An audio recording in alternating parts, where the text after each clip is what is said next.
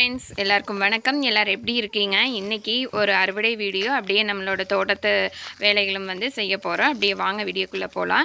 இது வரைக்கும் நம்ம சேனலில் நீங்கள் சப்ஸ்கிரைப் பண்ணாமல் பார்த்துட்ருக்கீங்க அப்படின்னா மறக்காமல் நம்ம வீட்டு தோட்டம் விளாக்ஸ் சேனலை சப்ஸ்கிரைப் பண்ணிக்கோங்க. அப்படியே பக்கத்தில் பெல் பட்டன் இருக்கும், அதை ப்ரெஸ் பண்ணிக்கோங்க. அப்போ தான் நான் வீடியோ போட்டேன் அப்படின்னா நோட்டிஃபிகேஷன் வரும். நீங்கள் மிஸ் பண்ணாமல் என்னுடைய வீடியோக்களை பார்க்கலாம்.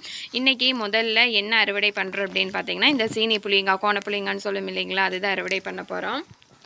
நம்ம தோட்டத்தில் 2 மரம் இருக்குங்க. ஒரு மரத்தில் பார்த்திங்கன்னா ஏற்கனவே யாரோ பிடுங்கி சாப்பிட்ருக்காங்க அந்த காய். அந்த தொல்லி மட்டும் பார்த்திங்கன்னா கீழே கிடந்தது. சரின்னு சொல்லிவிட்டு இன்னொரு மரத்தடியை போய் பார்த்து அதில் பார்த்திங்கன்னா நிறையா காய்கள் கீழவே கிடந்தது. எப்போவுமே பார்த்திங்கன்னா மரத்துலேருந்து பொறிப்போம். இன்றைக்கி பார்த்திங்கன்னா நிறையாவே கீழே இருந்தது. அது போக மேலேயும் பார்த்திங்கன்னா நிறைய இருந்தது.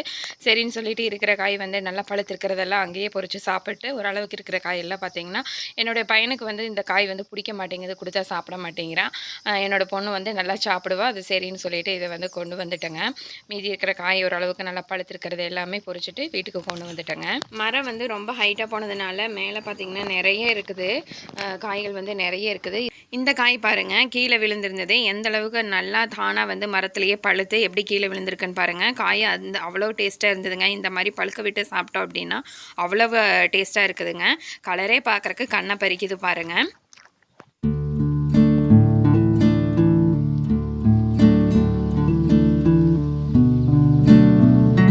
நம்ம தோப்புக்குள்ளே வந்ததுனால நான் வரும்போதே பார்த்திங்கன்னா இந்த வெத்தலை கொடி வீட்டில் வச்சுருந்தோம். சரி தோட்டத்துக்குள்ளே ஒன்று வைக்கலான்னு சொல்லிட்டு தென்னை மரத்துக்குள்ளே வைக்கலாம் அப்படின்னு சொல்லிட்டு கொண்டு வந்தேங்க.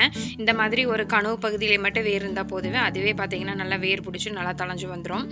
தென்னை மரத்தில் அப்படியே மேலே படர விட்டுக்கலாம் அப்படின்னு சொல்லிட்டு கொண்டு வரும்போது ஒரு ஆர்வா குளரில் கொத்து எடுத்துகிட்டு வராமல் விட்டுட்டேன். சரின்னு மட்டை வெட்டுறதுக்கு அருவாள் கொண்டு வந்து அதுலேயே ஒரு ஈரமாக இருந்ததுனால அப்படியே ஒரு குழி மாதிரி தோண்டி அப்படியே சும்மா இந்த கனவு பகுதி மட்டும் இந்த வேர் பகுதி உள்ளே போகிற மாதிரி வெத்தலை அப்படியே நெட்டு வச்சுட்டேங்க.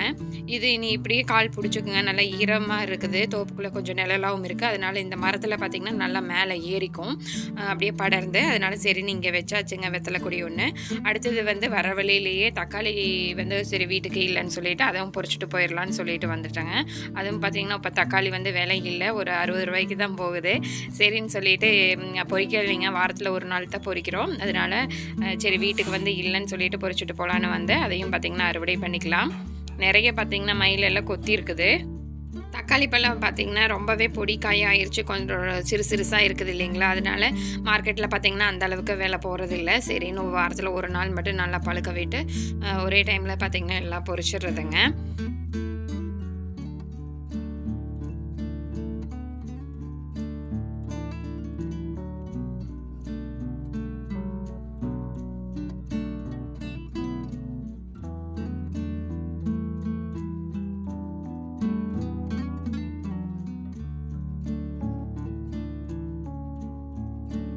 தக்காளி அறுவடை பண்ணிவிட்டு வீட்டுக்கு வந்தாச்சுங்க. மணி ஒரு 4:30 ஆயிருச்சு. சரின்னு சொல்லிவிட்டு ஸ்ட்ராங்காக ஒரு டீ போட்டு குடிச்சிட்டு இனி மாட்டு வேலையை பார்க்கலாம் அப்படின்னு சொல்லி வந்தாங்க. டீயும் குடித்ததுக்கப்புறமா பார்த்திங்கன்னா வெயில் நல்லா தாந்துருச்சு. சரின்னு சொல்லி மாட்டுலையெல்லாம் பிடிச்சி வெளியே கட்டலான்னு சொல்லி வந்திருந்தேன். எல்லாம் வெயிலுக்கு நல்லா மேவெல்லாம் சாப்பிட்டு நல்லா ஜம்முன்னு படுத்துட்டு இருந்தாங்க. என்னை கண்டோனது எல்லாம் எந்திரிச்சாச்சு. நீ எல்லாத்தையும் வெளியே பிடிச்சி கட்டிட்டு வெயிலுக்கெல்லாம் தண்ணி காட்டி மேவை வச்சுட்டு அதுக்கப்புறமா சாணியெல்லாம் வலிச்சு கொட்டுனா இந்த வேலை முடிச்சிருங்க இன்றைக்கி.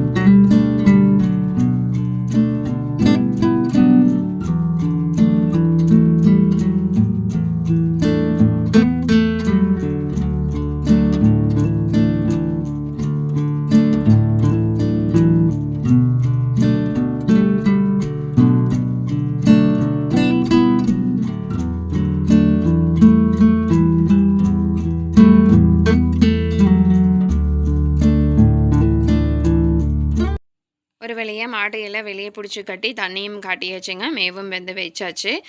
சாணியும் பார்த்தீங்கன்னா எல்லாம் ஃபுல்லாக க்ளீனாக வலிச்சு கடித்தரையெல்லாம் கூட்டி வலிச்சாச்சுங்க. கடித்தரையில் பக்கத்துலேயே பார்த்தீங்கன்னா இந்த இடத்துல சாணி குழி இருந்ததுங்க. ஃபஸ்ட்டு இந்த இடத்துல தான் போட்டிருந்தோம்.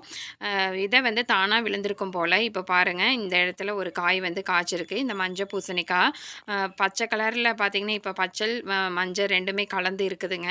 நல்லா காய காய பார்த்தீங்கன்னா நல்லா மஞ்சள் கலரில் ஆயிரும். ஏற்கனவே நம்ம வீட்டு தோட்டத்தில் கிட்டத்தட்ட ஒரு 20 காய் தானாக முளைச்ச செடியில் பார்த்தீங்கன்னா போன டைம் அறுவடை பண்ணியிருந்தோம். அதை பார்க்காதீங்கன்னா அந்த வீடியோ வந்து பாருங்கள். கடித்தரையில் கூட்டிட்டு சீமாதை கொண்டு வந்து ஓரமாக போடாமல் நம்ம அதே இடத்துல போட்டுட்டோம்னா அந்த மாடு பார்த்திங்கன்னா அதை எடுத்து சாப்பிட்ருதுங்க. பக்கத்துலேயே நம்மளோட பப்பாளி பார்த்திங்கன்னா நிறைய வந்து காய்கள் வந்து பழுத்துருக்குது.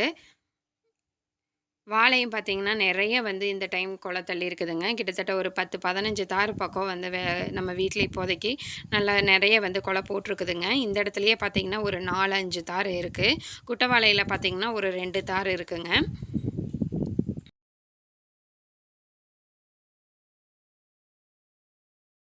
இந்த வேலையெல்லாம் முடிச்சுட்டு வந்துட்டு நம்ம நாற்று விட்டோம் இல்லைங்களா, அந்த இடம் பாருங்க எந்த அளவுக்கு களைப்பில் ஏறி இருக்குது அப்படின்னு சொல்லிட்டு, சரி இதெல்லாமே வந்து க்ளீன் பண்ணலான்னு சொல்லி வந்தேன். ஒரு 2 மழை பெஞ்சது. அதுக்கு பார்த்தீங்கன்னா நிறைய வந்து களைப்பில் வந்து வந்திருக்குது பாருங்கள். இந்த இடமே ரொம்ப குறை ஏறிடுச்சு. சரின்னு சொல்லிட்டு அதெல்லாம் க்ளீன் பண்ணலான்னு எல்லாம் வந்து கையிலேயே வந்து பிடுங்கி விட்டுட்டு இருந்தேன். தண்ணியும் பார்த்தீங்கன்னா ஒரு 2 நாளாக விடலை நான். அதனால சரி இது களைப்பிலெல்லாம் சுத்தமாக வெட்டி விட்டுட்டு அதுக்கப்புறமா தண்ணி விடலான்னு சொல்லி இதெல்லாம் சுத்தம் பண்ணிகிட்டு இருந்தேங்க. இந்த இடத்துல கத்திரி நாற்றும் மிளகா நாற்றும் விட்டுருந்தாங்க. கொண்டு போய் வச்சதில் பாதி வந்து வெயிலுக்கு ரொம்பவே கருகி போயிருச்சு. ஒரு 25 நாள் ஆன நாற்று அந்த அளவுக்கு கொஞ்சம் தண்டு ஊக்கம் இல்லைங்க. சரின்னு சொல்லி பாதி தான் நட்டு வச்சுருந்தேன். இப்போ பார்த்தீங்கன்னா நல்லாவே தண்டு வந்து நல்லா ஊக்கமாக வந்திருக்கு. இனிமே கொண்டு போய் வச்சோம் அப்படின்னா ஓரளவுக்கு நல்லா தரிச்சு வரும்னு நினைக்கிறேன்.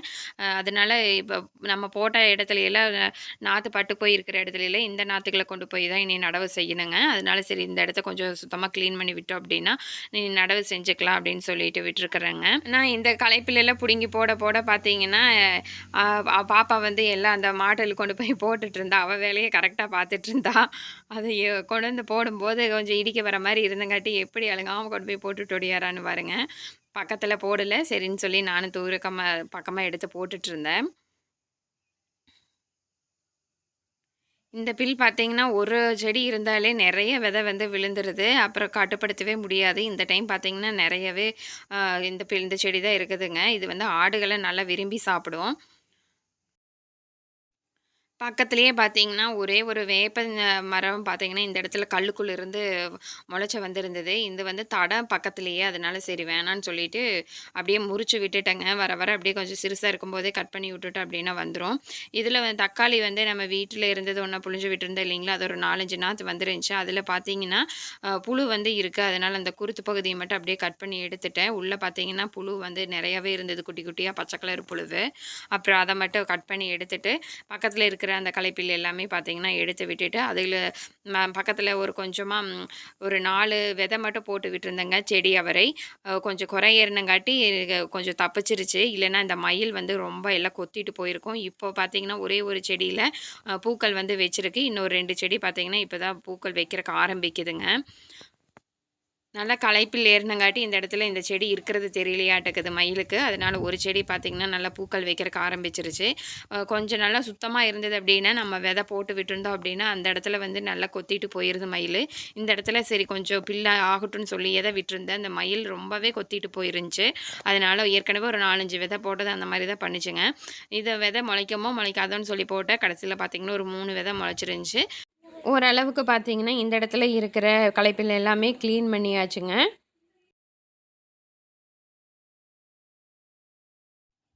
இந்த சாரணை பார்த்தீங்கன்னா, நான் ஒரு செடி இருந்தாலே போதும். அந்த அளவுக்கு ரொம்ப படர்ந்து வந்துருங்க. இது குட்டி குட்டியா கருப்பு கலர்ல விதை இருக்கும். ஒரு செடியே பார்த்தீங்கன்னா, வேண்டாங்கிற அளவுக்கு நெறைய கீரைகள் வந்து கொடுக்கங்க. இது பார்த்தீங்க அப்படின்னா முலாம்பழங்க. கடையிலேருந்து பழம் வாங்கிட்டு வந்தது தான். அந்த பழம் முளைக்குமான்னு போட்டு பார்த்தேன். நிறைய முளைச்சிருந்தது. போட்ட விதைகள் எல்லாமே முளைச்சிருந்தது. மயில் எண்ணும் போல் கொத்திட்டு போயிருச்சு. இந்த ஒரு செடி மட்டும் எப்படி தப்பிச்சதுன்னு தெரியல. ஒரு செடி மட்டும் பார்த்தீங்கன்னா, இப்போ தான் குட்டியாக வளர்ந்துருக்குது. பார்க்கல இது எப்படி தப்பிச்சு வருது அப்படிங்கிறத. பக்கத்துலேயே நம்மளோட பப்பாளி ஒரு 4, 5 பப்பாளி வந்து இந்த இடத்துல மரம் இருந்ததுனால அதோட விதைகள் வந்து முளைச்சிருந்தது. அதுவுமே பார்த்திங்கன்னா நல்லா பெருசாக இருந்தது. அது கீழேயே பார்த்திங்கன்னா புடலங்காய் விதை போட்டிருந்தேன். அதுவுமே பார்த்திங்கன்னா மழைக்கு நல்லா முளைச்சி வந்திருந்தது. இந்த இடத்துல போட்டதையவே மறந்துட்டேன். மழையில் பார்த்திங்கன்னா நல்லா முளைச்சி வந்திருந்தது. இந்த பப்பாளி பார்த்திங்கன்னா இனி அவ்வளோதான். இதில் எல்லோ கலரில் இந்த தலை வந்து குருத்து இந்த மாதிரி ஆச்சு அப்படின்னா இந்த மரம் வந்து காய்க்காதுங்க. அவ்வளோதான், காஞ்சு போயிடும். சரின்னு சொல்லிட்டு அந்த குருத்து பகுதியை மட்டும் கட் பண்ணி விட்டுட்டேன். இனி காஞ்சதுக்கப்புறமா அடியோட வந்து வேரோட பிடுங்கிடலாம் அப்படின்னு சொல்லி இந்த குருத்து பகுதியை மட்டும் கட் பண்ணி விட்டுட்டேங்க. இந்த வீடியோ இதோட முடிச்சுக்கலாங்க. இந்த வீடியோ பிடிச்சிருந்தது அப்படின்னா உங்களோட ஃப்ரெண்ட்ஸ் அண்ட் ஃபேமிலிக்கெல்லாம் ஷேர் பண்ணுங்கள். மறக்காமல் லைக் பண்ணிக்கோங்க. ஏதாச்சும் டவுட் இருந்ததுன்னா கமெண்ட் பாக்ஸில் கமெண்ட் பண்ணுங்கள். இனி ஒரு அழகான வீடியோவில் சந்திக்கலாம். அது வரைக்கும் நன்றி. Happy gardening.